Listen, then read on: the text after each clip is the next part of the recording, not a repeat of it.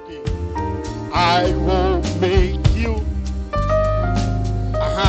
fishes. So you have seen how it will go. So use that one, don't use mine. All right. So let's go. All of us. Maybe when you sing it will confuse you, so I'll sing for you. I will make you fishes of men. Allah. And then too.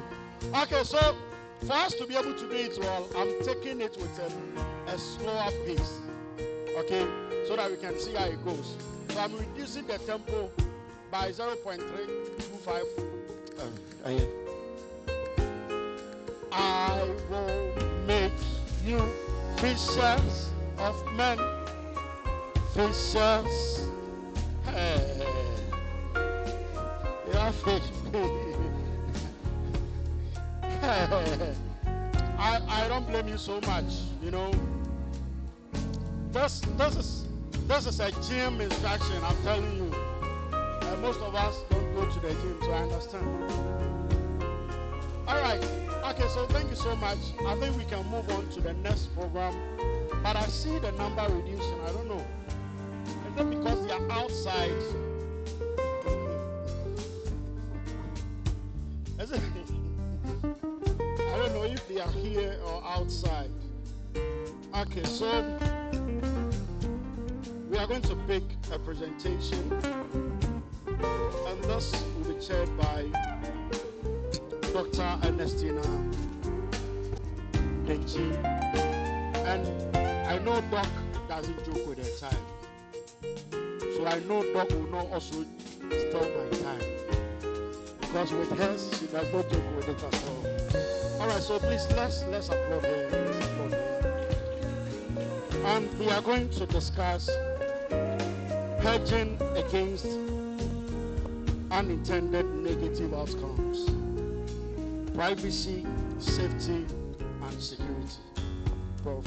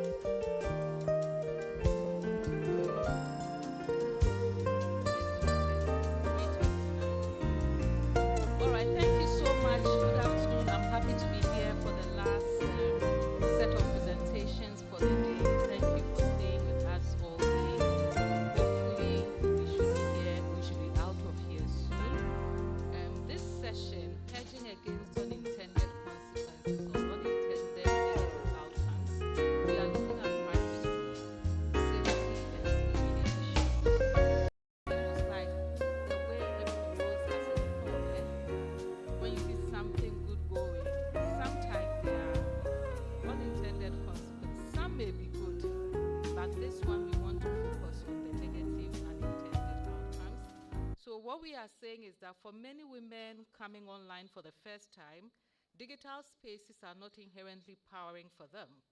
Instead, it can expose them to surveillance, harassment, data exploitation, and other forms of harm. These risks are not hypothetical. These are lived realities of some women, including targeted scams, cyber stalking, unauthorized use of personal information, and digital gender-based violence. Even tools designed to support women, such as mobile money services, social media platforms, and digital ID systems, can become channels of exploitation if privacy and safety are not prioritized from the outset. So this session, we are listening to three presentations from three studies that examine the unintended harms of digital solution and propose some strategies to reduce this risk. To do this presentation, I have Munshi Suleiman from the BRAC Institute of Governance and Development. So please hold on, let me introduce you properly. Come up. Yeah.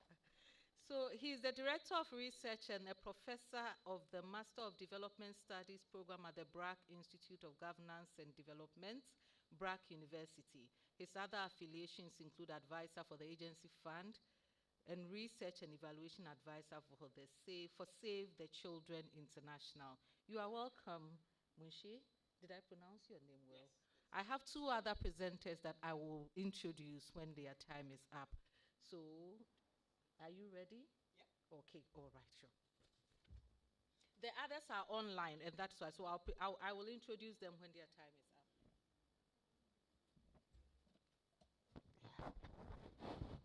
All right, so while the slides are being put up, it's not exactly a negative unintended consequence, but more of a trade-off that we'll talk about. So we started the study anticipating something, and then, as you will see, we ended up not exactly what we anticipated. We didn't anticipate a trade-off. So this is a study that was implemented in Uganda with a colleague at another colleague at BIGD and at Selim Guleski at Trinity College and Julia at London School of Hygiene and Tropical Medicine. So let's move on to the next slide. I won't spend too much time trying to convince why it is important. Cash transfer, we do it. There are plenty of studies on cash transfer as well, either as an intervention on its own or as benchmark to various other things. So it's there, out there.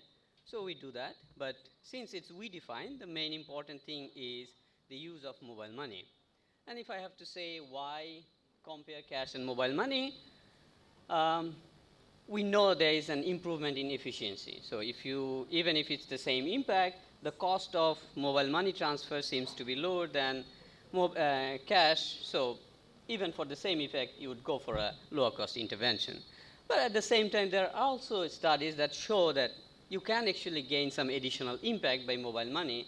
So studies in DRC or Niger by Jenny Aker, they find that if you give the transfer over mobile money, women tend to spend the money slightly differently than if you give them the cash. So there seems to be some impact. And as we define, is focused around the mechanisms of how this greater impact is obtained. Privacy is perceived to be one of the important mechanisms that once you give the money over mobile money, woman will have more control rather than cash, because now she has to find a way to save it somewhere, and it's not as obvious, easily hideable than mobile money.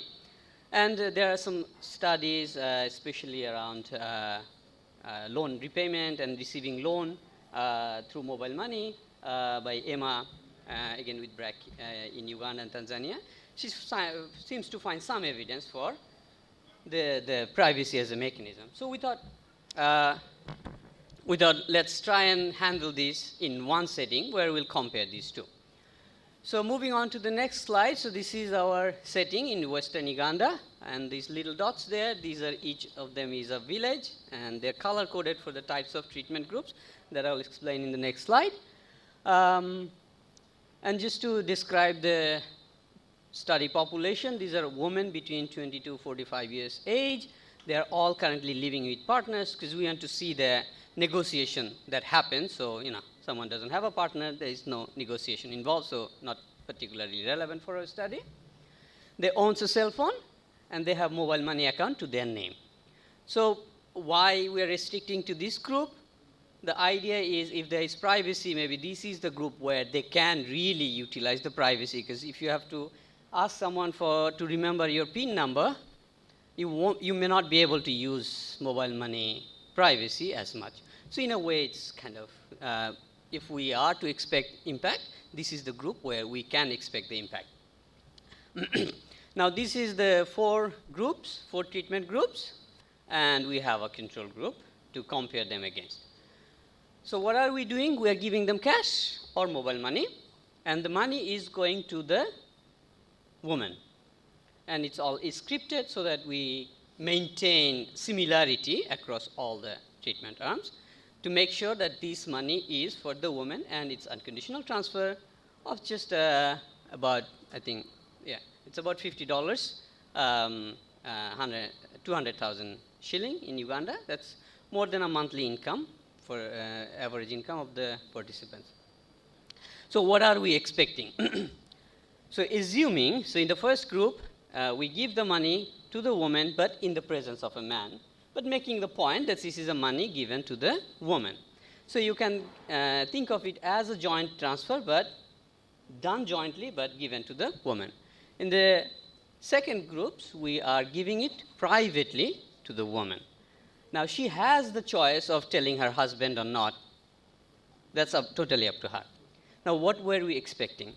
So assuming some of the men are not the good men, or they're the bad men, now, those who are in the private arm, they may decide not to tell their husband, and that would enable them to do the money, do whatever they want to do with the money in their own way without the knowledge of the husband.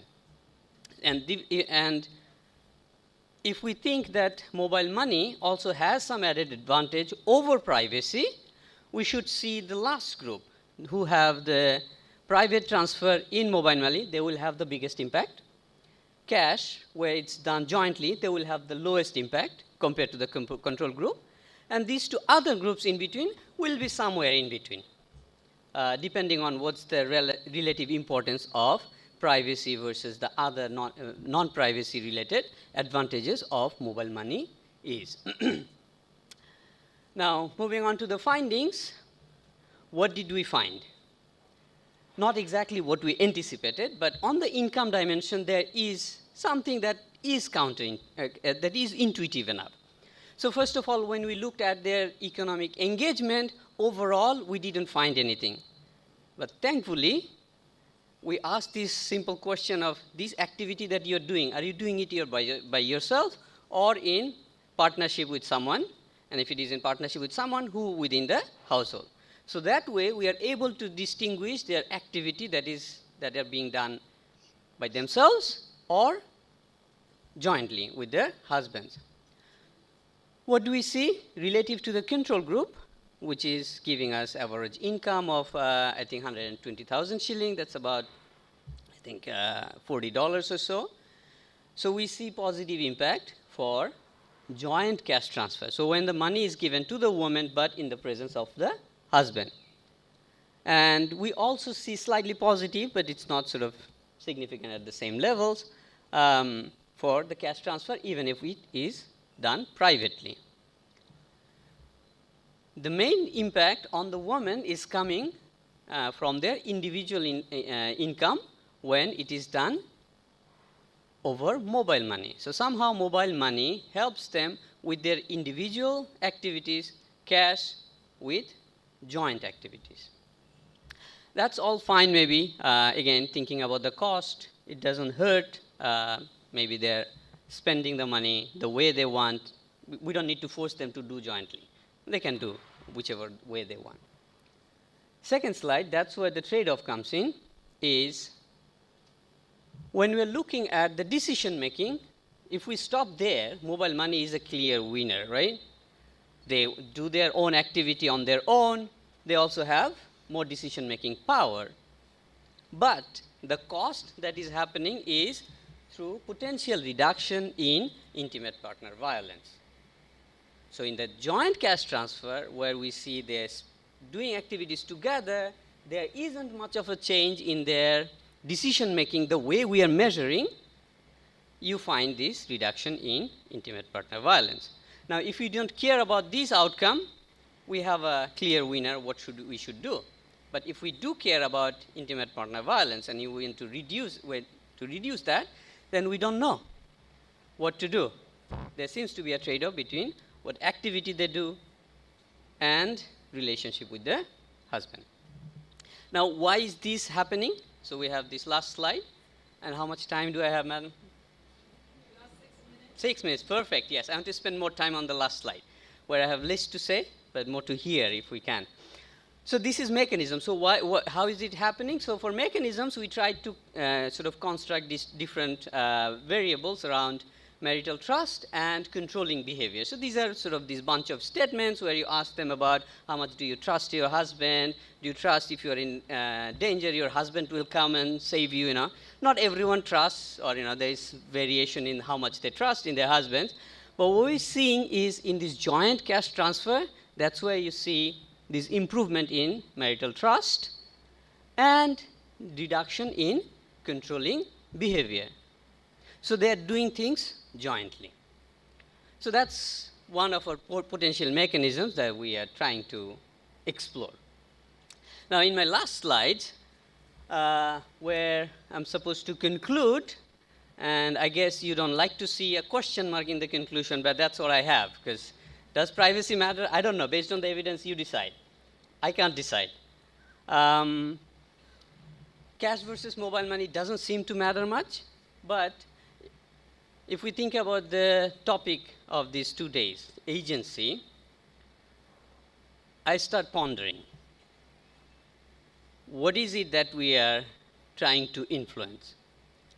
In economic theories, there are all sorts of theories, but if you take most of the sort of dominant theories around bargaining power, these are mostly non-cooperative models. So it's like, the husband and wife, they are sort of trying to struggle for power and control over resources. One has more control means the other person has less control.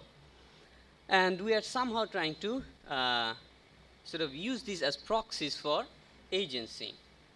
So that reminds me of sort of little interaction I had about this understanding of agency with Professor Naila Kabir, who is one of the leading scholars in agency. And we actually tried to use this agency framework of her in our white paper for We Define. So the email I received from her is, I have never seen a travesty, such a travesty of my work. You have reduced my work on agency into enacting choices. So because we thought, enacting choices, what is the outcome? Are they spending the money the way they want? And for us, that was like, okay, that's enacting choices. But that's not what she actually meant. So I had the opportunity to be schooled by her to understand what she actually meant. It's the process. It's not the outcome of what you see. That women try to want to spend more money on children than men. But that's not the outcome. The outcome is not about the agency. The agency is the process. The outcome could be the same, but the woman might be letting her husband choose. So the agency is in that process of how this outcome is achieved. So in all of these theories around bargaining non-cooperative model, where is love? Right? I mean, those of us who are married, love is kind of important in marital relationship, right? But which of these theories have love in it? You can find altruism theory that has a hint of love in it, but not really full lot of love. There are other sort of quality matching that has love in it.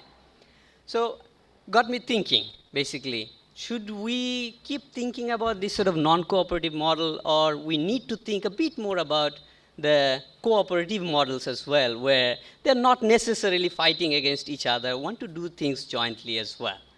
So I would leave you with that thought. Thank you very much.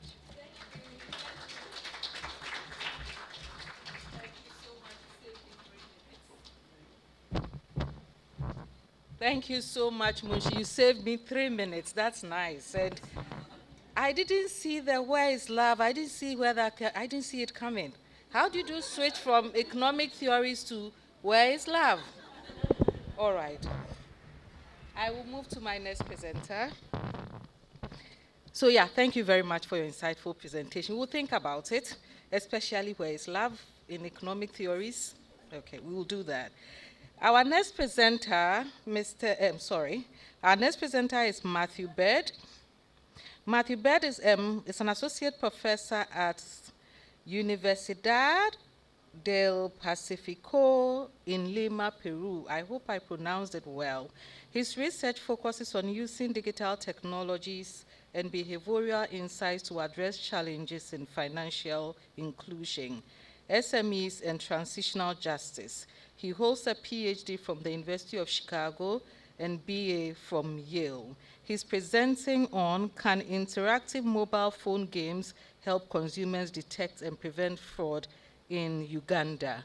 I hope Prof. Baird is already online. Are you Can you ready? see me and hear me? Right. Yes. I can hear you. You have 15 minutes that starts right about now. So, yeah. Okay. Thank you. Can you let me know if you can see my screen as I share it? Let me give me a second. Okay. Can you see my screen?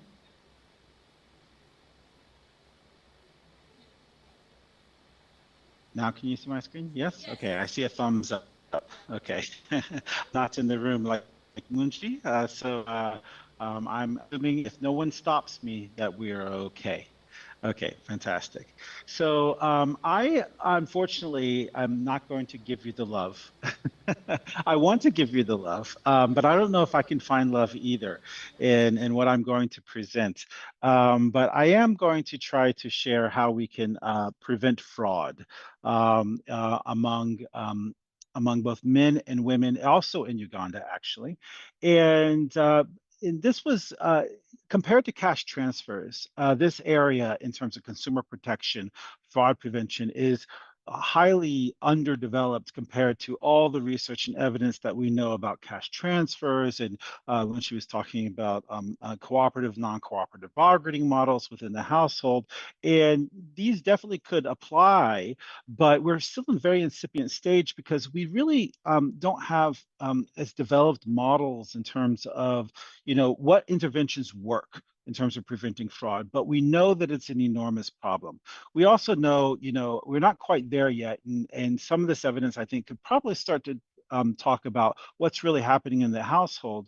But we're one of the interesting things about this project was we just wanted to figure out what type of intervention could help us reduce these extremely high rates of fraud that we're seeing across Africa, but I think across all emerging markets, including in Latin America, where I am based. And you can see here, you see just IPA ran some consumer surveys in Kenya, in Nigeria, and Uganda, and you can see at the top of the list or near the top of the list, and all of them are phishing by phone or SMS as being one of the top consumer protection challenges reported. Over 50% in Kenya, 42% in Nigeria, a third that's the top in Uganda. And I'm sure if you did it in Ghana, if you did it throughout West Africa, East Africa, anywhere, you're going to find beyond Nigeria, of course, in West Africa, you're going to find these extremely high rates. And it's only becoming even greater challenge for DFS, digital financial services, because it can actually hinder really taking advantage of these services. In not just that, in its worst case, it can be very harmful for vulnerable households and families. Now, in Uganda, for example, but I know very well in other countries in Africa in the region, there's been different attempts to try to provide information to household members with mobile money, et cetera, to give them the information needed to reduce this risk. Radio campaigns, for example, very popular, kind of the social media posters, just lots of text and giving you just very specific points of advice. You've probably all received the M&O messages, the SMS messages. And even some have kind of entered into this is a campaign in Uganda as well, of videos and a beer, it's called the Beer is Steady campaign, and actually kind of commercials and what have you. But one of the challenges with this is very kind of broad. It's brushstrokes, whether it's a big information campaign or social media is kind of dry. Just don't do this. Don't check for this or that. The SMS as well. And so we wanted to see if we could do something that's more effective, that's more targeted, simpler, more engaging, but that also you could take to scale. So what we did is we said, okay, let's focus on providing this information through IVR. We worked with Viama for this, and we said to ourselves, okay, how can we make this as engaging as possible to actually give people the experience of what it is to have engaged or fielded a fraud attempt, what you can do, and how you can learn through practice and simulating. And what we did was working with Viamo, who has kind of, I know there's these platforms as well, Viamo 161 information platforms for the MNOs that you get a free number of calls per month. We worked with them in Uganda and created what's called Wanji games, which are kind of interactive narrative games. So if you haven't done it, I actually have a couple of audios here. It's basically you listen and choose, would you do A or B, and then you go to the next thing. So it's kind of choose your own adventure, but you kind of get wrapped into a fraud scheme. And what would you do at this point or at this point? And then we would give information through the course of the adventure. And we did an RCT to measure this, and also wanted to examine downstream effects. But we also designed our intervention so that we could detect gender effects on males and females and heterogeneity effects. I just want to see if this works. And if this doesn't work, I won't play it. But I think it's worthwhile to listen to what the intervention was, because it was highly engaging. We were surprised about how positive the response was. So I'm going to play this. So if someone, Benjamin or someone, could just stop me if you don't hear it, just let me know. Wow! What is this? A chance to win $1 million shillings from my bank? $1 million shillings? Sarah! Sarah! Robert, you forgot to buy milk again? You're too tied to your phone. What is it? Look, my bank has a promotion where I could win $1 million shillings. $1 million shillings! Ho, ho, ho. We could buy Milk, if you ever remember. start a market stall, a dairy shop, replace our roof, put money away for our daughter's school fees. I just need to click on this link in the message in the next 5 minutes. Well, that does look like your banker's logo. But $1 million shillings? And this is the first time I've heard of such a prize. On the other hand, $1 million shillings? Maybe you should call the banker first. Here, if you can tap into that chat, that would be better. And if not, I will just move on.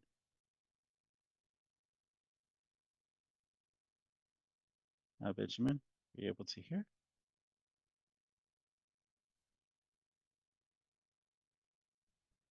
Is that a yes? Are you going to play now? Okay. I see you playing the second one. Okay. Yeah, you play through and through. And let me know when you're done.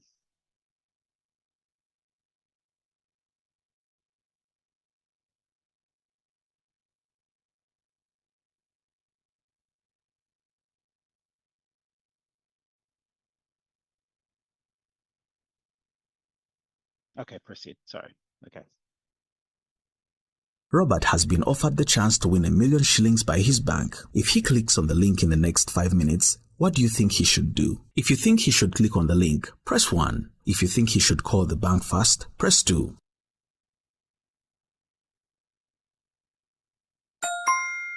Well done. That's the right answer. Let's hear what happens next. Hello, you are speaking to James at Chain Bank. How may I help you? Hello, this is Robert Kaka. I've just received a message from your bank telling me that I can win $1 million shillings if I complete a survey. Oh dear, I'm glad you called us to check. This has been a very common scam recently. Did you submit your information? No, I called you first. I'm glad I didn't give my details. You may have heard about online bank fraud on the radio just last week. Yes, I heard that to avoid fraud, think of your mind, eyes, and heart. I hadn't thought of that. Well, keep this in mind. It's always good to think of your mind, eyes, and heart before you act. When you get a message, ask yourself, your mind, do I know this person? Is the link from a company or just a random website? Too good to be true. That's true. I remember now that while the survey had the Shine Bank logo, it was not on the Shine Bank website. And $1 million shillings is tempting, but really... And the eyes, is the information something not everyone should see, like your personal information? Yes, it asked for my bank account number. Exactly. That is private information you should never submit to a website that is not trusted. Do I feel pressure to complete a request before I'm ready? Am I being asked to keep things to myself? Yes, the link told me I only had 5 minutes to submit my information. You did the right thing by calling us here at the bank. You can also find the Bank of Uganda's financial complaints handling form online. Reporting helps us and the Bank of Uganda to stop those fraudsters and protect others from falling victims to it too. Oh, really? But they didn't get my details. Besides, I'm a busy man. I don't have time to make a report. As they say, one who uses both hands cannot fail to eat. It may seem inconvenient, but we must do our best to succeed in So I fighting know I fraud. took probably a little too much time for that, and so you're going to penalize me for my 15 minutes, but I did want to share with you the actual content, because I think one of the important things about this intervention was we spent a lot of time designing it. If you heard, it was a Wanji game. It was interactive. It was a narrative. It was a simulation. It had characters. I mean, we developed that. If you heard, we also used heuristics: the mind, the eyes, the heart, for people to easily remember. We also used local proverbs there at the end. So the localization of our content, I think, was very important. We also used the metaphor for preventing fraud. Preventing fraud is like crossing the street. Stop, look both ways, and then act. So we really designed and built in this content for it to really stick with users. We also, you heard the case of the man and the woman who were in the household talking about the fraud. And this is actually something that we learned more about is fraud is also a household event. And I think this is kind of the future steps that we can explore. And we had other scenarios that it was the woman that was the victim of the fraud. And so what we did was we worked through the platform. We could get a large scale of randomization because people were already on the platform. 13,000 control, 13,000 treatment. Then we did a bunch of other kind of cross cuts just to understand. But I'm just going to report the larger kind of, if you got the Wanji treatment, was there impact? The first thing that was really surprising to us is of the 13,500 people who were in the treatment group, 73% of them, and we basically were just, when they called in, we put it first on the menu and then gave them a little airtime top up. 73% opted in into the game. And once they opted into the game, 93% of them completed both levels of the Wanji game. And it took on average 15 to 20 minutes to work through the choose your own adventure. But what's surprising to us was how engaging it was, and people wanted to continue. So we saw this and we actually said, okay, let's leave it open for another month. And we had 55% of the 13,500 people, even though there was no incentive, that went back and played the game again, because you could play it and you could have different adventures depending upon your responses. So we were really pleased and surprised about the engagement. We used the IVR as well for initial kind of midline, really quick data collection, but that's not our main data collection. I mean, the first thing though was we did find that some positive initial responses, only about 10 IVR questions, all of them significant. And we thought, okay, this is interesting. Maybe people reporting less fraud victimization, but then we were saying, oh, maybe it's people telling us what we want to hear, et cetera. And so we waited for 9 months and we didn't do anything. So 1 year after the event, we waited for 9 months and we went back and we called a subsample on the phone and did a longer phone survey. And this is what we found. And we had all they had was 15 to 20 minutes of the IVR, and then 9 months later, where are you at, calling them back. And what we found was significant effects in consumer protection knowledge, attitudes towards consumer protection practices in terms of sharing pins, their information, et cetera. This is where I'm about to get into the household, less reported victimization or experience in fraud, and surprisingly to us, higher DFS usage afterwards. But what's interesting is we had a 20% decrease in losing money from fraud. So, we broke this down. We said, okay, that looks interesting, what we would expect as you look into the details. But then we said, what if we looked at the gender? What if we looked across gender and understood, were there differential effects, were they shared effects? And a couple of things started to pop out to us.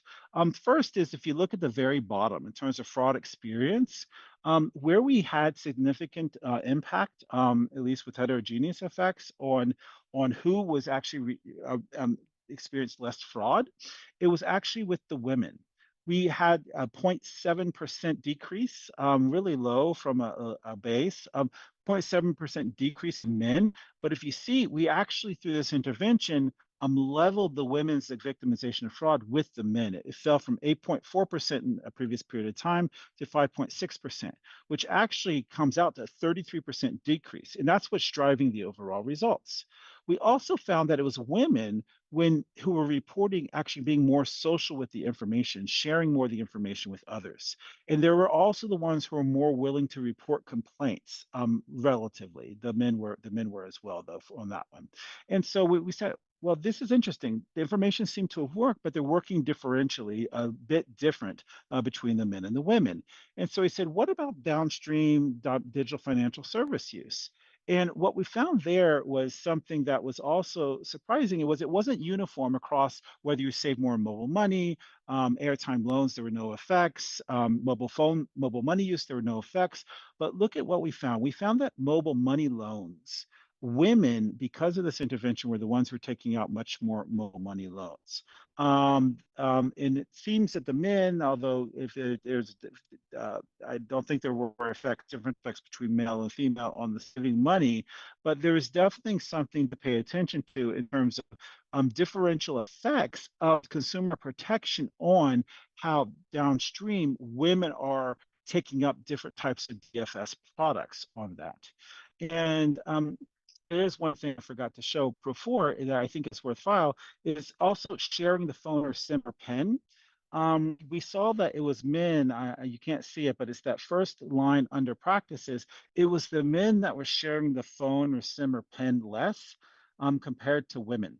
And I think that also has to do with power and use and who has the SIM card within and I think I'm almost done, Benjamin. I'll finish right now. The SIM card. And so I think what happened with this is it raised a lot of questions for us. Initially, we were just asking, can we reduce fraud? It's an epidemic. What can we do? But as we got these results back, I think it's the first kind of large scale RCT on a fraud intervention. We've discovered, whoa, we need to pay a lot more attention to differential effects of consumer protection on women, and maybe dynamics because it has to do with financial inclusion within the household. So my kind of final kind of policy implications for this are, if you're thinking about scale of this, we need to think much more about being gender responsive in the scale up, targeting better women, partnering with women focused groups, leveraging more the sharing that they can do, women's content for this, more women's scenarios, monitor those results better. And then finally, the last two, I would just say for the fifth one, for the national scale up, I think it's important that the consumer protection should not be seen as something post hoc after DFS onboarding that are suffering from fraud. So there's even greater impact that you can have by attending to consumer protection as you're doing DFS onboarding, and this can have even greater, more positive effects for financial inclusion for women. So I'll stop there. I know I went over. I probably shouldn't share those recordings, but thank you so much for your time.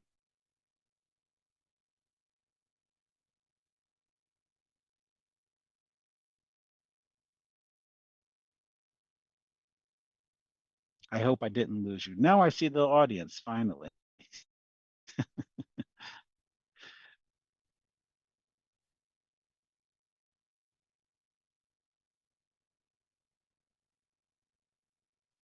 I can't hear.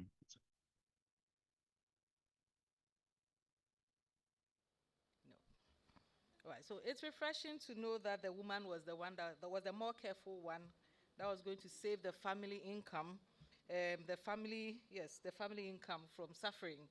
The man was too excited about what 1 million Tanzanian shillings would do.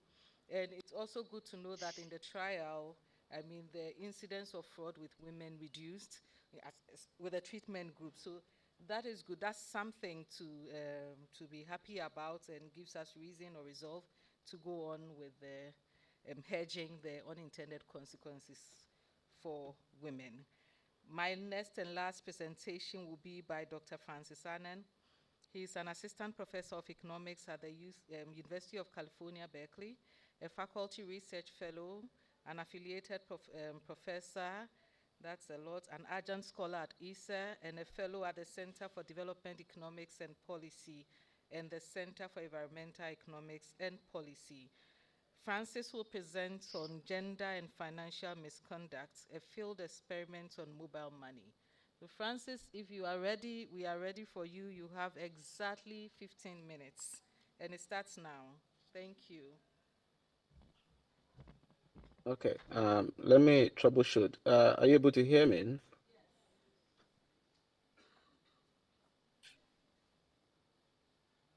Okay, well, I'm taking the silence as a yes. All right, thanks everybody, and thank you IPA actually for the invitation to present this extremely almost an old paper. I'm excited to go back to it, so it's great. So as mentioned, what I'll be doing is to kind of try to talk about the gender dimensions of misconduct in the marketplace for mobile money. Kind of to get a sense of where I'm headed. First, I'm going to try to motivate why this is important and precisely the question. Then, obviously, I'll say a few things about the results, and for those that cannot stay to the next 15 minutes, I doubt. And then I'll walk you through the experiment, and then we can discuss what explains the results and try to conclude. And if I have more time, I'll take the contributions to the literature. But I think I won't. So that's the agenda. So in this simple form, the classic question that I'm trying to answer here is really asking the question of, does gender matter for misconduct, in particular in the mobile money market? And it's going to be, the long and short answer is going to be a yes. Okay.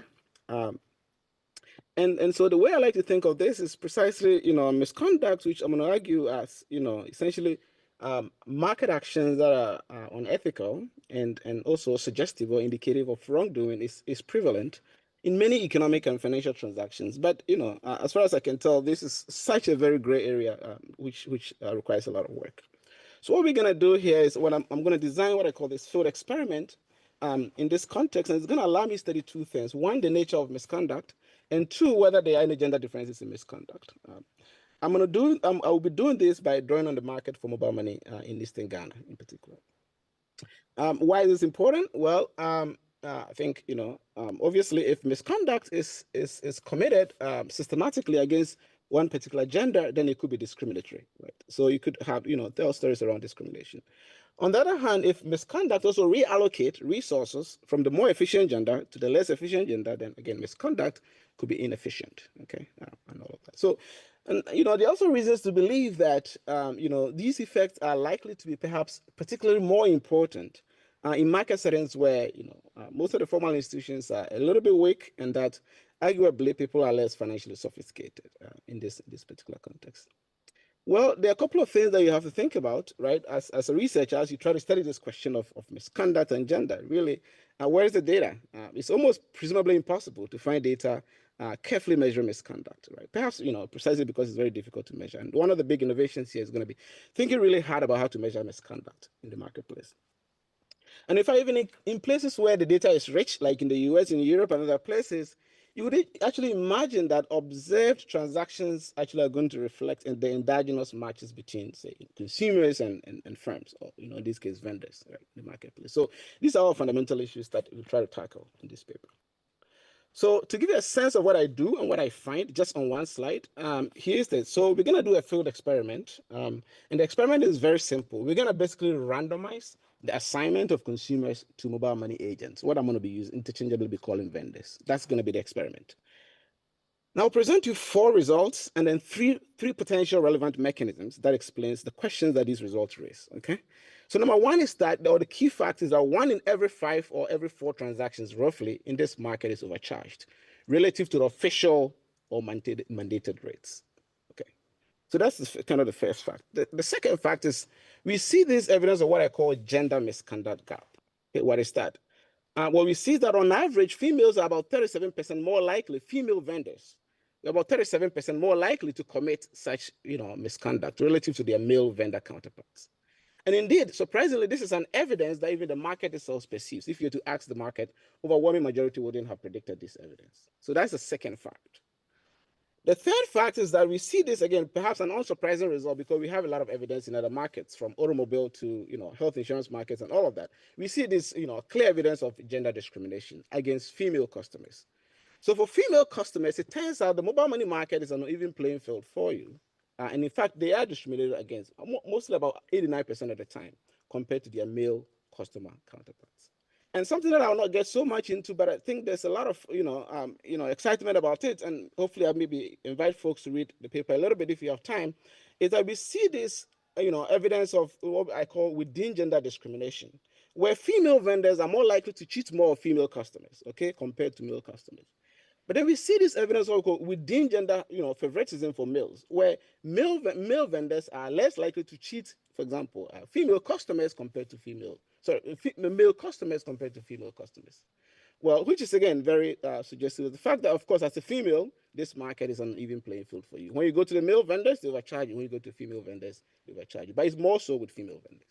Okay, so these are basically the four results that I'm going to basically try and convince you of. So, of course, these results, as you start, I'm sure you start asking yourself, there are a lot of really interesting questions that, this gets generated, right? I think two of which, in my mind, one is, what explains this gender misconduct gap? Why is it that female vendors actually do this much more than male vendors? That's one classic question. Of course, what also explains this gender discrimination? Why are female customers really discriminated against much more in this market? Well, there are three actually potential mechanisms or explanations for this. One is about the notion of beliefs or misbeliefs. Well, it turns out overwhelmingly, if you just do follow-up, elicitation of second-order beliefs in the market, almost the overwhelming majority of the market actually view female customers as unsophisticated. Obviously, this really opens up, the bucket for, victimization of consumers, in particular for females. At the same time, the market also underperceive this and the level of misconduct that female vendors could engage in. So, of course, if female vendors know that the market perceives them as being more loyal or actually being less commit less misconduct, then of course if you're a female vendor and you want to cheat, you actually do it much more. Okay. So again, one story is really about the notion of beliefs and misbeliefs in the market. The second story relates to this idea of empowerment. It turns out most of all our results, actually, this is coming from the backdrop of some heterogeneity exercise that we did. A lot of the effects on the gender discrimination results are coming from really villages or market contexts where actually there's low female empowerment to begin with. So clearly, females, the gender discrimination story is much more stronger in very low, well-measured, female empowerment markets. The third mechanism, which again helps us explain this idea of the gender misconduct gap, aside the beliefs, is that it turns out, there are really these gigantic differences in income, household income for female vendors compared to male vendors, which obviously would actually suggest that female vendors are actually more dependent on the extra income that they can earn from misconduct. So I think there's a lot going on here with a lot of facts and a lot of possible explanations. And I'm sure you can draw a lot of different conclusions. But one of which actually, in my mind, is really this idea that kind of the underlying pre-existing social distance, right, that exists within this market, things around beliefs, kind of beliefs that people have in the market, the extent of empowerment by gender, and even massive differences in income, what I'm calling social distance here, could actually really incentivize or lead to these undesirable market outcomes, okay? And that might actually help us understand some frictions in the financial market. So this is the story I'm going to tell you, okay, all on one slide. I think it's an extremely packed slide, but let's see. Okay, so now let me tell you a little bit about what is mobile money. So in this simple form, I like to think of mobile money as human ATMs, okay? Of course, it's a market with it's a vertical market where at the upstream you have this providers, commercial providers, right? And then really at the downstream, you have these retail agents that act on behalf of these commercial providers. In fact, these retail agents are what I'm calling the human ATMs. And on the right is some pictures that illustrate that, of course, I'm sure in different contexts, you could have different representation of this. What can you do as a consumer? Well, you visit a retail outlet, these mobile money agents, you could onboard a bunch of digital tools, right? You could open a new mobile money account. If you're a first-time user, you could do what we call cash ins, the deposits, you could do the cash outs, the withdrawals, and a bunch of other digital tools, including transfers that mix up in this market. What are vendors? These vendors essentially are going to be these retail distribution outlets. They are typically very small. They are, average daily sales is really roughly about, $400. Close between 3,000 to 4,000 Ghana cedis, and with an average profit of the average official profit of around $2 per day. In this market, there's free entry and exit. You can enter, you can leave at any point in time as an agent. And for you to become an agent, of course, you need to show a proof of some initial capital requirement, typically around maybe 4,000 CDs. And then you receive a training from the provider, okay? You receive a training from the provider. In this case, if it's MTN, you're going to receive a training from MTN. And then clearly, then you're going to sign a contract, okay, regarding the terms of, for example, fraud is something that you don't want to engage in, you don't want to overcharge. Here are the conditions of service. Okay, so this is the classic way of setting up an agent. And in fact, agents are going to be earning commissions as their profits. So in some sense, a volumes market. The more transactions you do, the more you.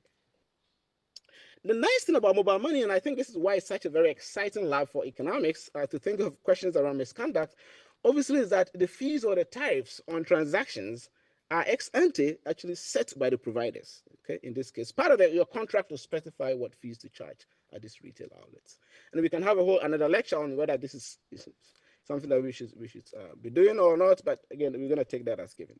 Well, given this feature, what I'm going to do is I'm going to rely on this feature, the fact that prices are set at the upstream by the provider. We're going to use this to clearly define what I call misconduct. What is that? It's going to be all transactions at the retail, the agent point that are overcharged. Now, in economics, this will be a version of where you have the upstream player setting the price, and then they're also taking the price as given, what we call single marginalization. But of course, immediately the agent also begins to marginalize or inflict a double marginalization. Okay. The setting is going to be in Eastern Ghana. These are very low-income localities. And, the inclusion criteria, obviously, is that there has to be some presence of mobile money vendors in these localities or villages. We're going to implement this experiment to be done in 2019, another one in 2021. And of course, the facts are there regarding the number of districts. So cohort regarding the number of districts. So cohort one is, in the absence of detailed data on misconduct, we're going to construct a census of the market for mobile money, okay, which means we're going to do locality to locality, door to door visit, and we're going to list the census of every single agent, every single corner with coordinates on every particular agent across all these total 166 localities. By randomization, what we're going to do essentially, as I explained before, the experiment is pretty straightforward. We're going to basically, recruit, identify roughly about 40 to 44, consumers. We're going to call them auditors. We're going to train them, and we're going to randomly match them into, to doing transactions across these censused, retail outlets, what we call vendors, close to about 300 of them. Okay. And the randomization protocol, again, is a little bit straightforward. What we do is basically you take all the male auditors or the male customers, and then what you do is you randomly assign them half and half to both male vendors and the female vendors. And then we do the same for female auditors. Take all the female customers, you randomly assign them half and half to the male vendors and the female vendors. So again, you have this very strong balance by gender and a bunch of characteristics. So that's what we do. Now, I think this paper is probably incomplete if I don't tell you how we measure misconduct. So let me spend the next slide doing that. So what we're going to do, obviously, on the left side, so I'm going to maybe explain a little bit, and I'll walk you through where this magic number of 1 in every 5 transactions is overcharged. So we're going to recruit consumers, roughly about 44 of them, and we're going to randomly assign them to vendors, okay? So we tell you where to do transactions. So these what I call trained customers or auditors are going to be given money, some in physical cash, some in electronic money, okay, to go and make real transactions on mobile money. So this is kind of a non-standard audit study. This is less so of deception, right? You go then engage in actual real transaction at the mobile money outlet. These transactions are, the transaction types are going to be carefully chosen based on what we know about the market. So again, we have transactions that span cash in, cash out. OTC here are over-the-counter transactions where people do transfers. We even try to simulate purchasing as similar as possible, open a new mobile money account, all the way up to even, buying an airtime. And we're also going to vary the size of the transaction, whether it's a small transaction, or a large size transaction, or a small size transaction. So that's going to be the approach. And then, of course, as I mentioned, we're going to define misconduct to basically, include all transactions that are overcharged. And we're going to measure misconduct in 2 ways.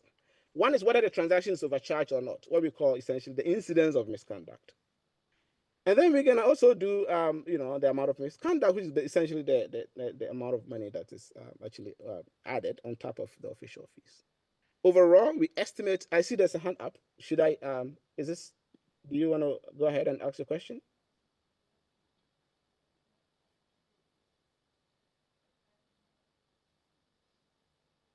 Okay. Well, I will take that as a no. So what we're gonna do is that, of course, if you put all this together, admin audit data record together, you see we estimate about almost 22% of transactions are overcharged. And if you look at the severity of the extra markups, the extra fees that were added, this is about in excess of about 3 CDs. If you express this as an average of the total fee that the official fees that people are supposed to pay, this is about an 82% increase in the average official fee or the tariffs that consumers are supposed to, which I think is very disappointing. One of the beautiful things about digital finance and by extension mobile money is that we actually, these transactions, they are very low cost, right, in that sense. So to this extent, I think it really undermines the spirit of kind of, why mobile money markets are such. Dr. Anand, Please go ahead. your time is up. Oh, my time is up. Oh, okay. Well, So I can you know give the you, results already, give you but this 2 is minutes to wrap up. well, this is basically my last but one slide, so I'll stop here. So all to say, the results are clear. We find clear evidence of putting all together. We estimate very gigantic differences between gender misconduct by gender. Female vendors actually were about 39 to 40% more likely to commit misconduct compared to male vendors.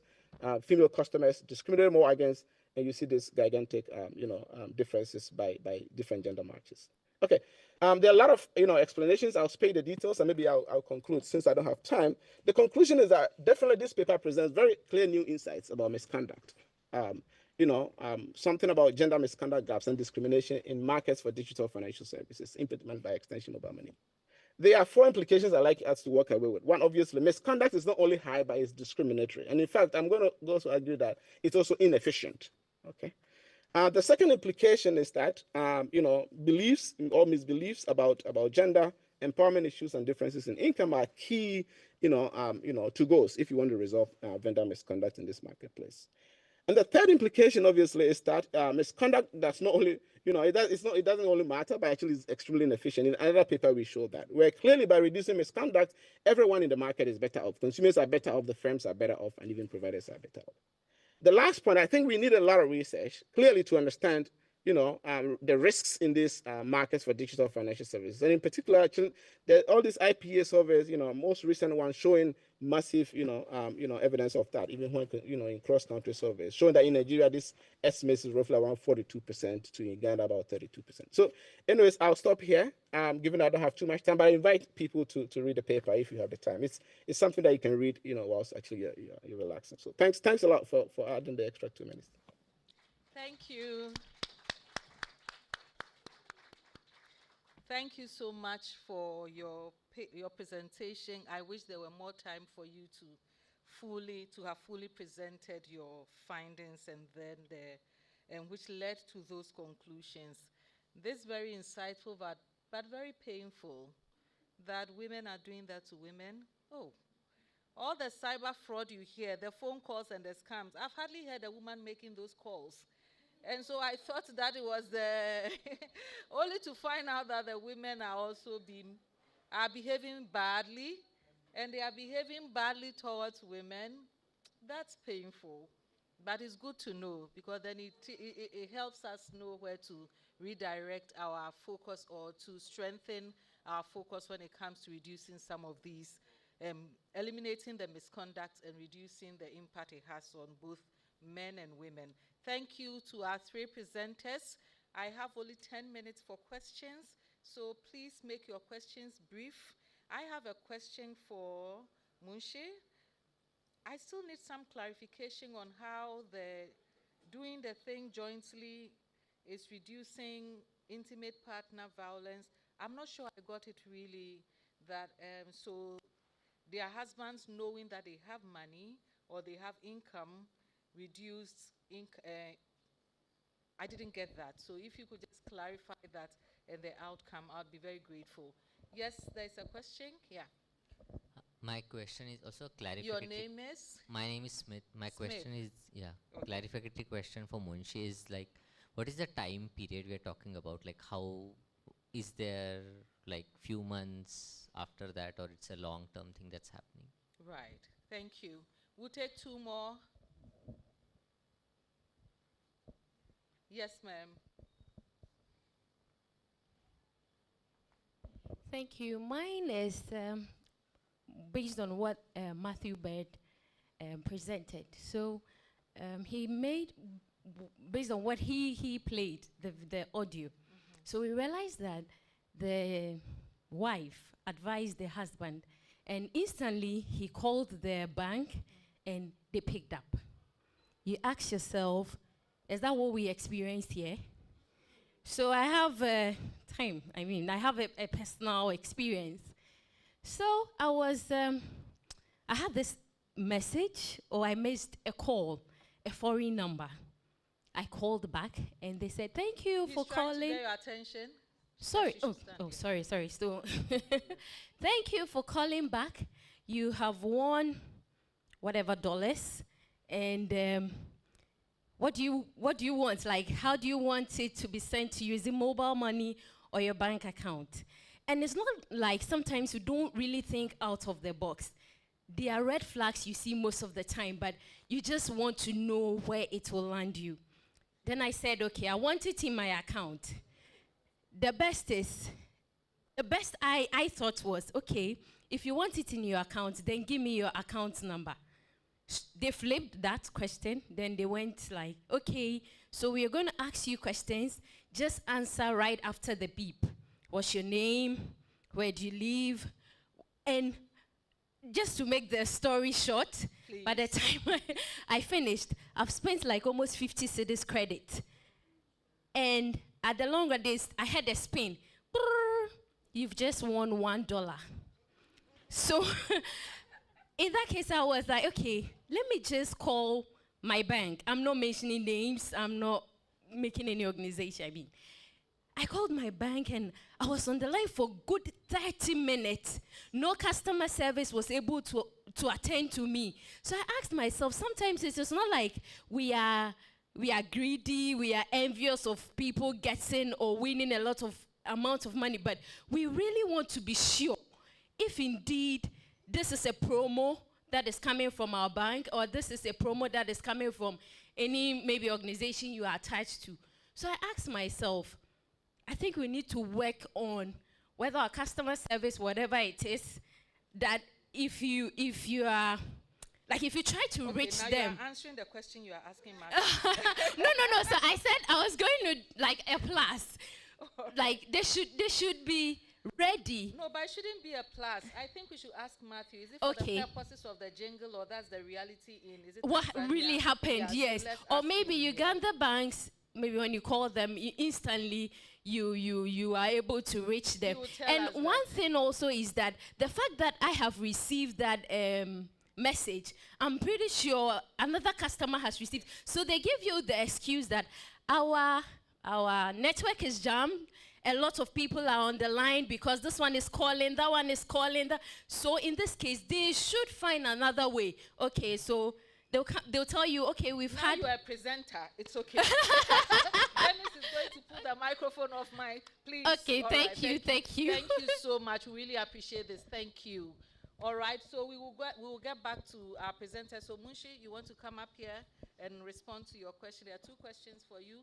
And then Matthew, we want to know whether this is just for the jingle or that's the reality, that their banks are proactive. Right, seeing how the session has gone, I feel like I shouldn't have given up my 3 minutes, feeling too shy talking about love. I'll take that 3 minutes. Right. So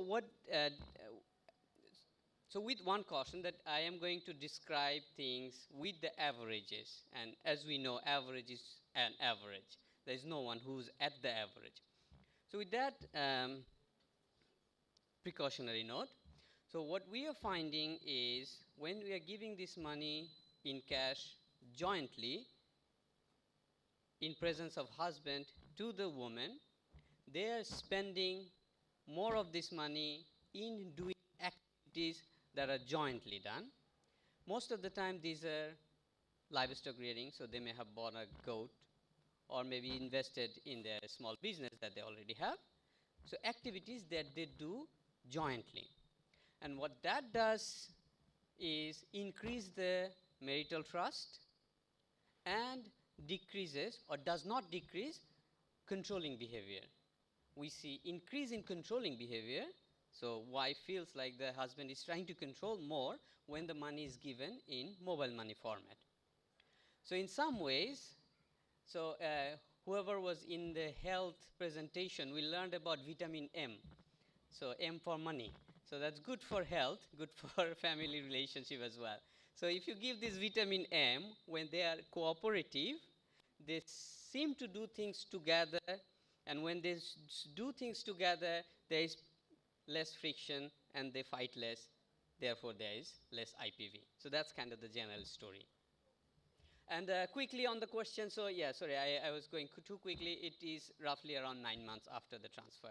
We had a very quick short run as well, just to see how they spend the money. There are some little differences as well in the form of enacting preferences, but the more interesting results are in 9 months later. Thank you. Matthew, would you want to respond to the question? Just asking if the Tanzanian or Ugandan banks are that proactive and responsive, or it was just for the jingle? What's the situation? But we don't seem to have a similar one here, experience here in Ghana. No, there was, let me give some context there. There was a lot in what she said, besides just the question about that jingle. And what I think the snippet that I showed you was part of a later scenario within the full scenario. But even in, I just want to go really quickly, just in the example that you gave is the perfect example of what happens in terms of there's lots of social engineering and they keep you online. And so that's when I said preventing fraud is like crossing the road. It's stop, check, and act. Stop, look both ways, and act. So for example, there wasn't even what you explained, you didn't stop, right? There needs to be a self-conscious and a pause. And if you would have, they would have tried to social engineered you probably to stay online even longer. That's part of the strategy, right? So but the thing is, even if you can stop, the point is to get offline. Right. And so when you get offline, there's different ways to check, to look both ways. If you noticed in that jingle, it was about asking someone you know, asking your partner, asking a friend, because oftentimes when you get outside of the zone of the fraud victimization, people say, "What are you talking about? That doesn't sound real," et cetera. And then in terms of another way of checking is actually reaching out to the bank or reaching out to the M&O. And what we want to do was model that there's different avenues. And I think that's the same experience in Uganda. People explain as well about the complaints lines in Uganda. And that's actually a separate project that I've been working on with IPA is in parallel, you need to improve these consumer protection mechanisms. And there's lots of things that we've been doing for that. But it was more just to demonstrate that you need to stop, pause, separate yourself, and then you need to check information. It could be with friends, it could be with your partner, it could be with the official authority. If it's that important, it's not going to go away if it's really a true promo, okay, or opportunity. And then once you've had time to pause and really make a decision, to collect your information, you can make a more informed decision. And if they keep pressuring you, it's probably not real. Right. And so what we give is these little heuristics of how to, like a checklist of how to recognize, is this for real or not? So it's not, I don't think it's true in Uganda, but it's just demonstrating that whole metaphor of preventing frauds like crossing the road, stop, pause, check and validate, and then act. All right. Thank you very much, Matthew. I'd want to ask Francis, so I realized the data was collected somewhere in 2021. I want to know if you have done any follow-up to see the misconduct. There's been some changes. If the women have stopped doing that to their fellow. I just need something nice to wrap up on. That one was too painful. So I want to know whether there's been any changes or improvements in reducing the misconduct. Did he hear me? Hello, Francis? Okay, all right. All right, I would like to thank you all for staying with us. The time was really short, but we managed. Dennis, we have done well, haven't we? Let's give a big round of applause to our presenters. Okay. And a bigger round of applause to yourselves.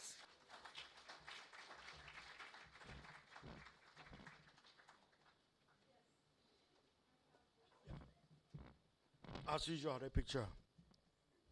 Okay. Oh, okay. The two of you. Yeah. It's always been two. Oh, it's rather unfortunate. Those online, We will take your picture later, okay? All right.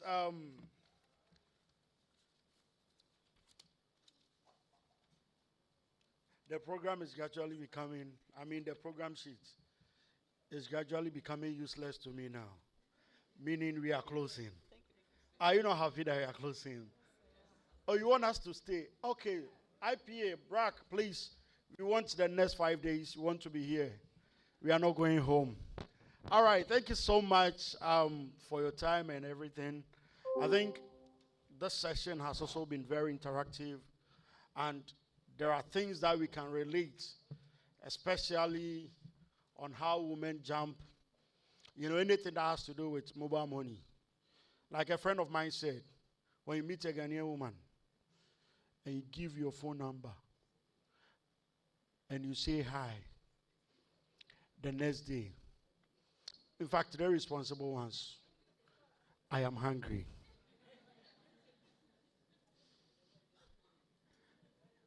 I am not mincing on words, they're responsible ones. But I know, look at the faces here. We are responsible ones, Yes. And so it's good we are talking about.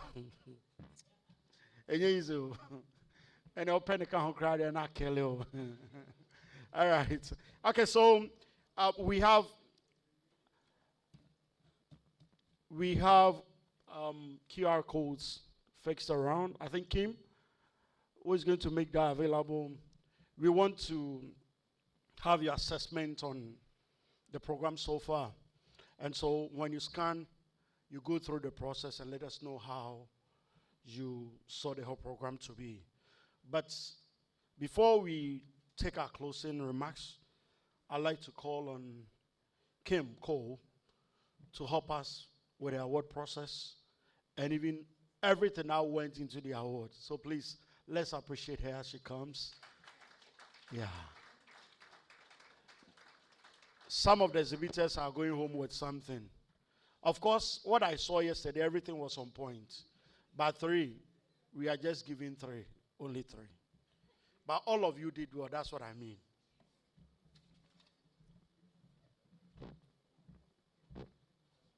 Thank you, Dennis. Good afternoon, everyone. How are you doing now? Good. Great.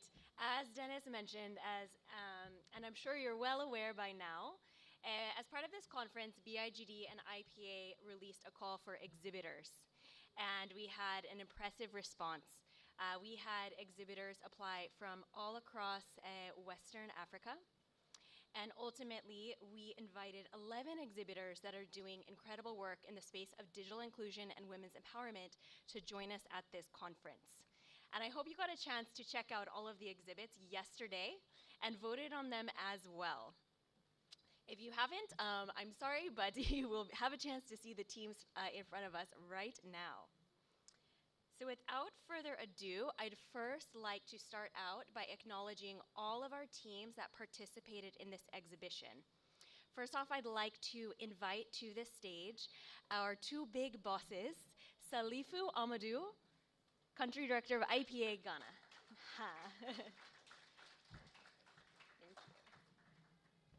And of course, we have Dr. Imran Mateen, Executive Director of BIGD.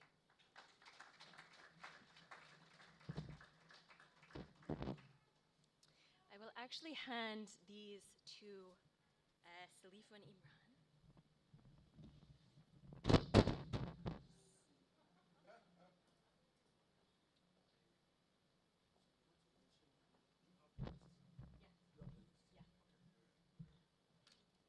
Another tech challenge. It's okay. All right. Salifu and Imran will be presenting certificates of appreciation and participation to all 11 of our teams that participated today. So first, I'd like to call to the front AFOS Foundation DigiVibe.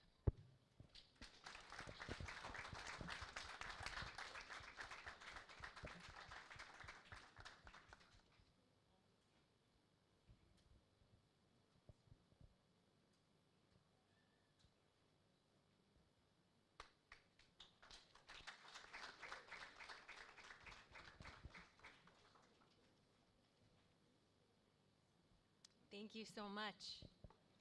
Next, I'd like to please call forward BRAC Ghana Savings and Loans.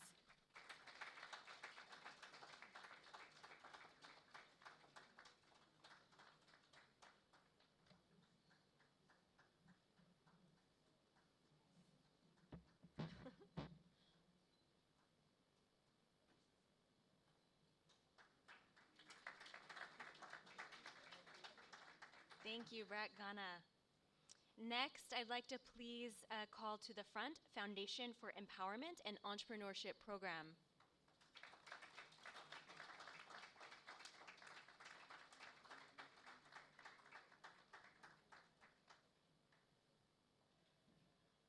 This team joined us all the way from Tamale. Thank you so much for joining us.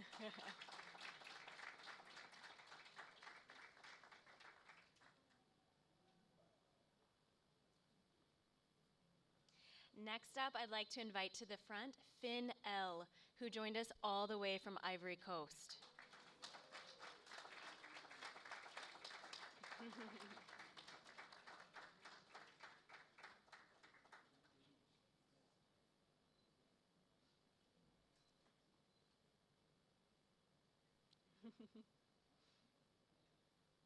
Next, I'd like to introduce Grow Ghana Edu Initiative.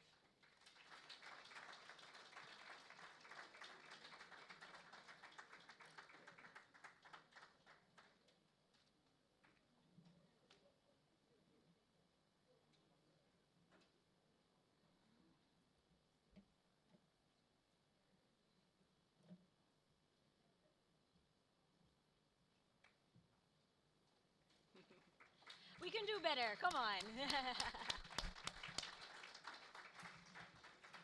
Next up, I'd like to please invite forward Grow For Me.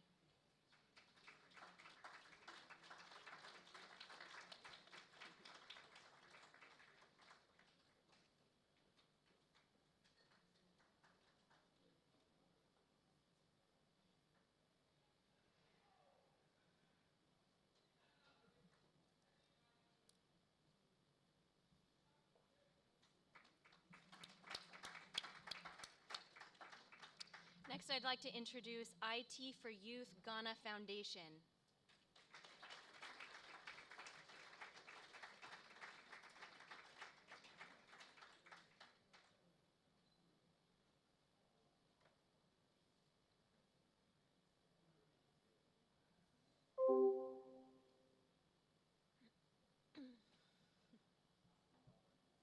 Next, I'd like to introduce Muna Kaladi.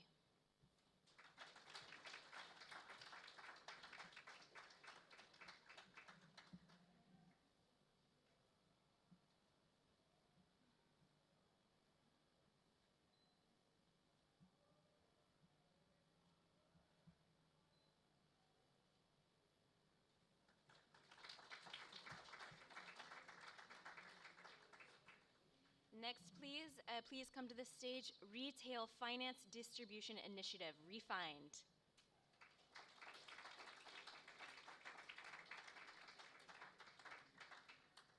We'll be sure to get Refined their certificate as well.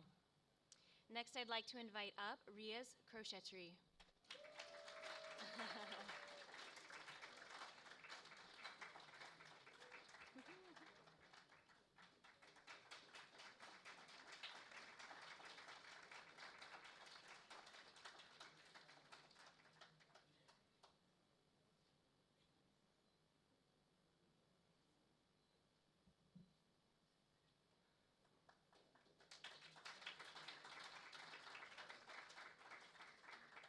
And last but not least, I'd like to invite forward World Vision Ghana.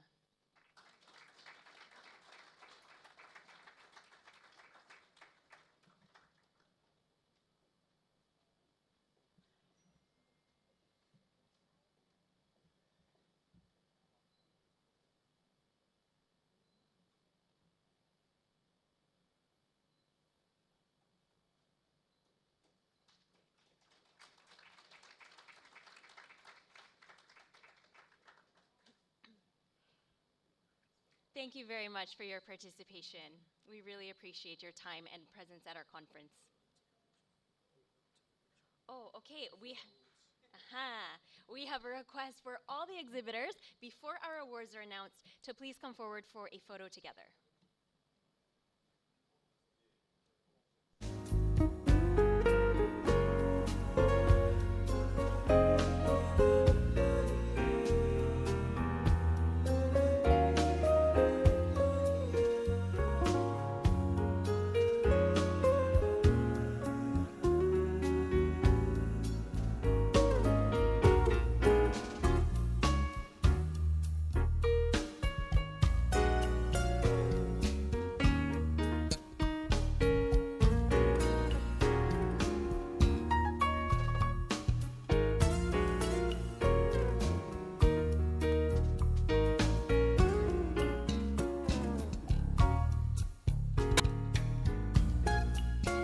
Thank you so much, everyone. As you know, this was not just an exhibition, it was a competition for the top 3 exhibition booths. We had our audience engagement. You had the opportunity to vote on your top 3 booths, and I really hope you did so. We tallied the votes, and we also had a panel of judges visit all 11 of our booths last evening and vote on their top 3 booths. The criteria included relevance to the conference's themes, creativity and innovation, intellectual rigor, and potential for impact. Our judges were actually so impressed by all of the booths that they could not pick the top 1, 2, or 3. They simply nominated 3, and we used the audience's votes to break the tie. So your votes are in. And without further ado, I'd like to announce our top 3 teams. In 3rd place, receiving a cash prize of $200 US. Aha.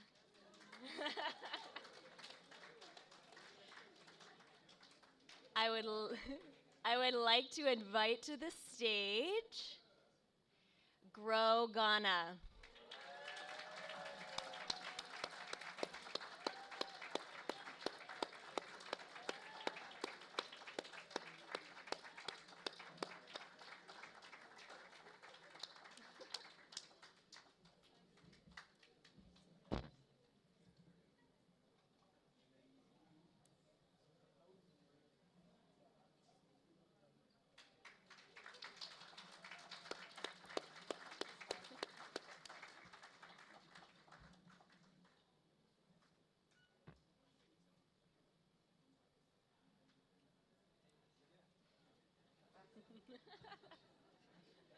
Congratulations, Grow Ghana team. Now, in 2nd place, receiving a cash prize of $300 US, we have the team from Grow For Me.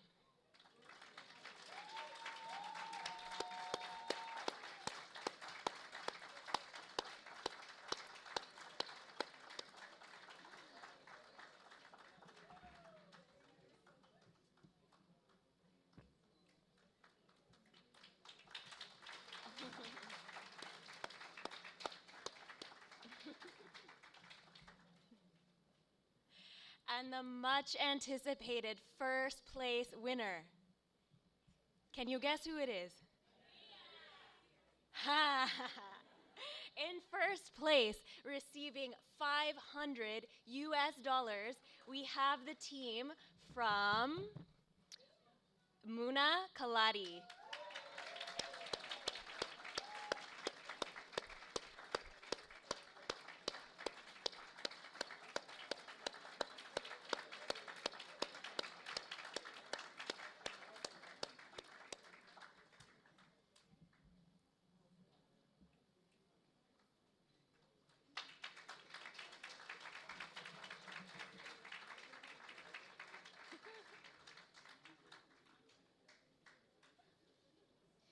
Thank you so much to every single one of our exhibitors. And congratulations to the winners. We really appreciate your participation.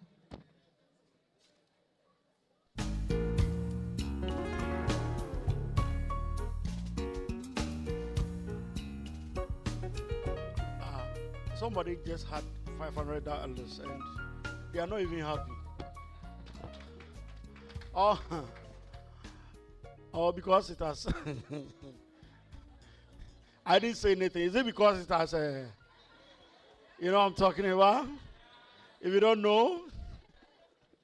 All right. Okay, so all too soon, we are at what we are all anticipating. We are at the most climax of the program.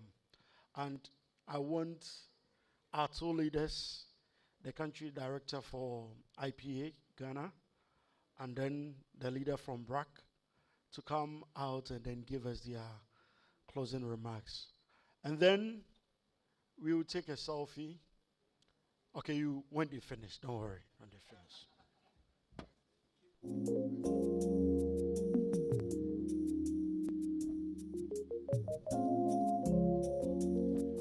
All right, thank you very much. Should we begin with a big round of applause for ourselves?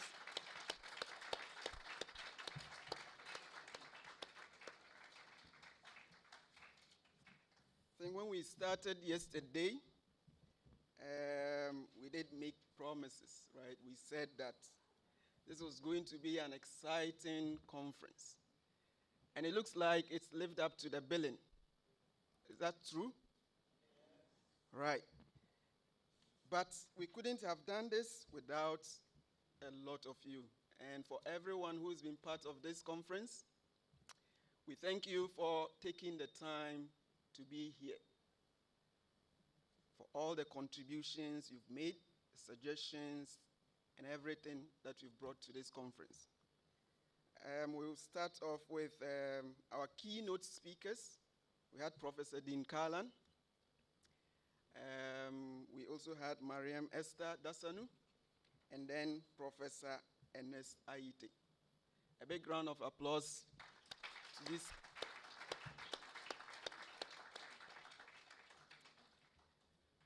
Then we also have all the speakers, the presenters, the panelists. I still see a lot of you in the crowd. We also have our exhibitors who've been acknowledged just now, as well as the participants who've been key to the success of this conference. And without you, I don't think we would have been able to do this. I want to say a big round of thank you to everyone. I've seen a ton of implementers, policymakers from the Ministry of Gender, Children and Social Protection. There was also from the Ministry of Finance. We also have our security services personnel in here. Nobody has commented throughout this conference on the way they look. Should we give them a round of applause? Thank you for sticking and staying with us. We appreciate. At IPA Ghana and IPA Global, we are always excited to bring these groups together, implementers, policymakers, researchers, and general practitioners together to listen, learn, share ideas. In these conferences, we always learn that there's always so much more to be done, right? We've learned that just giving smartphones, Phil, giving smartphone alone is not enough. There's supposed to be, some literacy trainings and other things that should go with it. This and a lot of other things that we are taking away from today and yesterday has been key. We couldn't also have done this without the key organizing team from BRAC and IPA Ghana, and I would like to acknowledge some of you. I'm not able to mention all the names, but we have Joyce Jumper from IPA. A big round of applause for Joyce. Kim Coles asked me not to mention her name. A big round of applause for Kim. I didn't mention your name, Kim. We have Tasnuba from BIGD. Big round of applause. Beatrice, Pakinam. Thank you very much. Thank you, everyone. So we can't go through all the list, but thank you, IPA, and thank you, BIGD teams, for a great conference. We very much appreciate it. And to the GIMPA staff who've been helpful and very supportive, we also thank them for hosting us. Thank you. Last on my list, but not the least, we have our able presenter, our able MC, the moderator of moderators, in the person of Dennis. A big round of applause. We enjoyed you from yesterday to today. You've kept the place lively. I like the fact that we had to do the private versus public schools, Saitu versus international. It was very refreshing. I started thinking, oh, my school, was it Saitu or was it public school? Yeah, and I have to get to you to see where we put myself. But yeah, on a more serious note, thank you very much for being part of this conference. I will leave you now and invite my colleague, Imran Martin, to share the other aspects of our remarks. Thank you. Thank you for coming.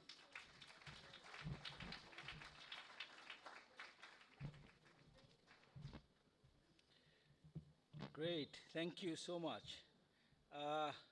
After 22 papers and 3 keynotes, I think, it's very difficult to try and distill or come up with some key messages. But, I want to talk about 2 challenges. But before I do that, I really, really want to thank, obviously, Salifu, the country director, and Kim. I think without this partnership, there was no way we could have really pulled this off. So let's give a big round of applause to both of them.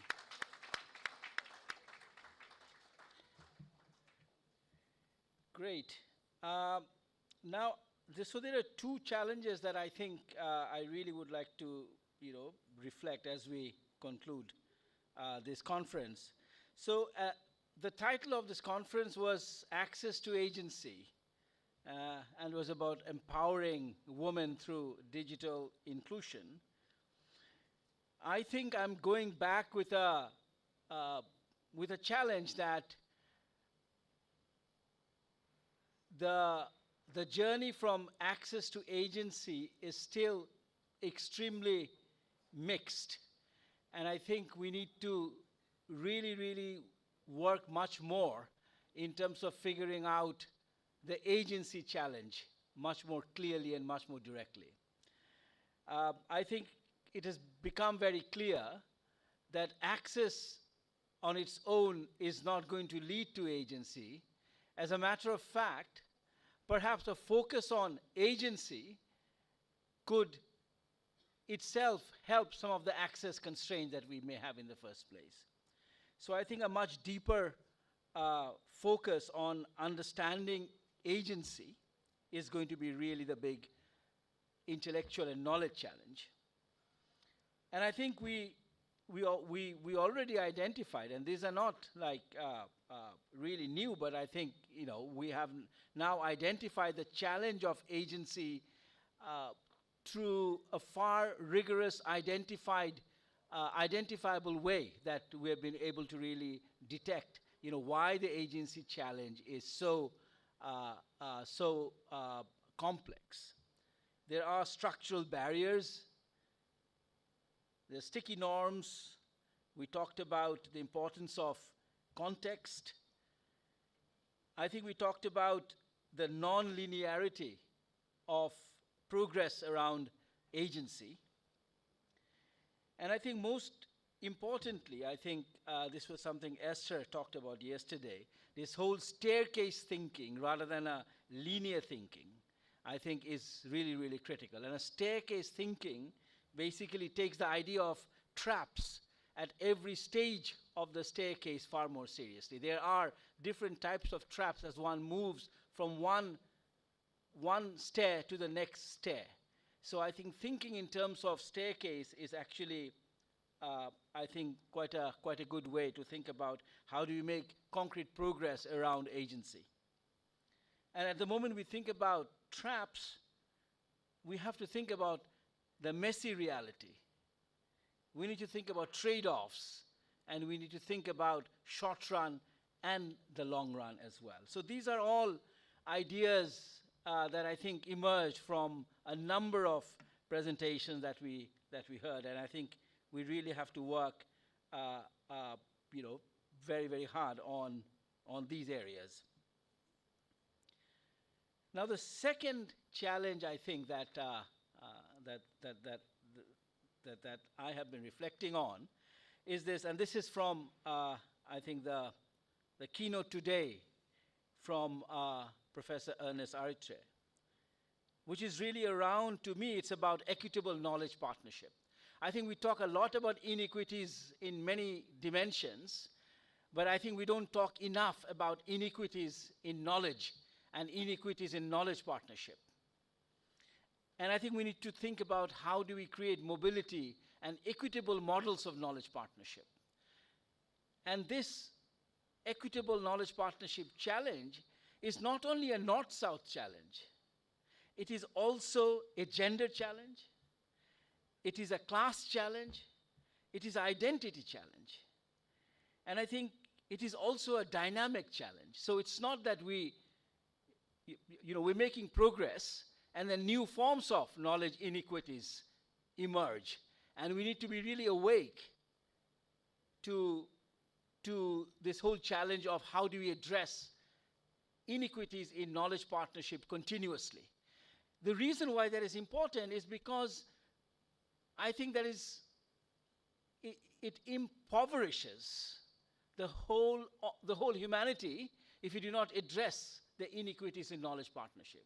Because it really takes away from one of the fundamental urge of human beings and capability of human beings to produce knowledge. And we all are capable of producing all types of knowledge. And I think that inequities in knowledge partnership frustrates that opportunity to really come up with solutions, to come up with ideas through which we can advance humanity. So it is from that perspective that knowledge inequity is extremely important, that we need to really take very, very seriously. Again, I would like to thank everyone for this 2 days, and I think they were, we had a great conference, but I think it's all about what do we do next with this, that ultimately I think matters. I think we have ideas. We will be doing a synthesis and a distillation, as over about 35 research studies that we've been funding. These are coming to end lines, and they're coming up with the outputs. So we will be within this year coming up with distillation, because I think as we were sitting here, I'm sure all of us came up with our own ways of framing what we are learning. But we would like to now do this very seriously. So the distillation is going to be really, really critical exercise that we're going to be doing now. And yeah, I hope we will find an opportunity to keep in touch and hopefully have further conversation on these two challenges that I really think we should be working harder on. Thank you so much.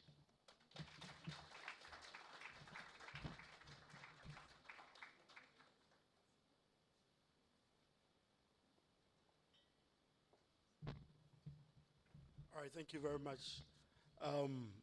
We are here.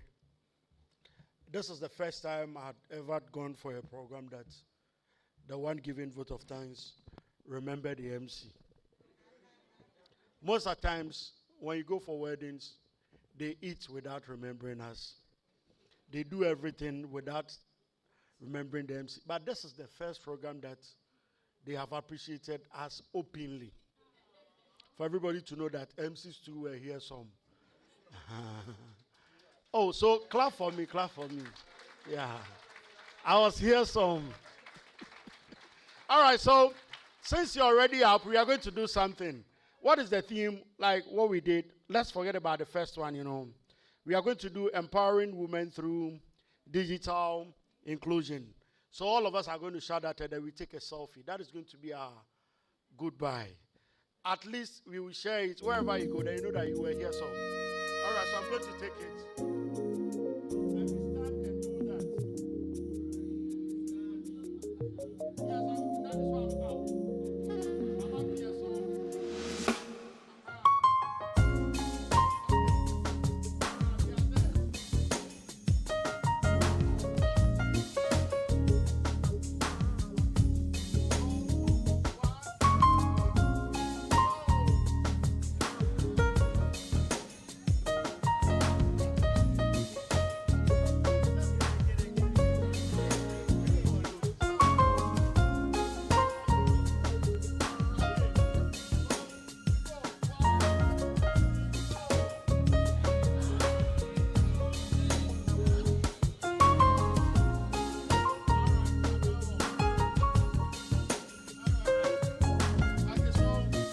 Thank you so much.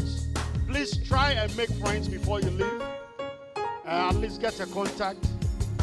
All right, and yeah, I think there is dinner for some selected few. Our foreigners, the Ghanaians, we are going home. So if you're a Ghanaian, go home. All right, thank you so much for coming. You've been a wonderful audience.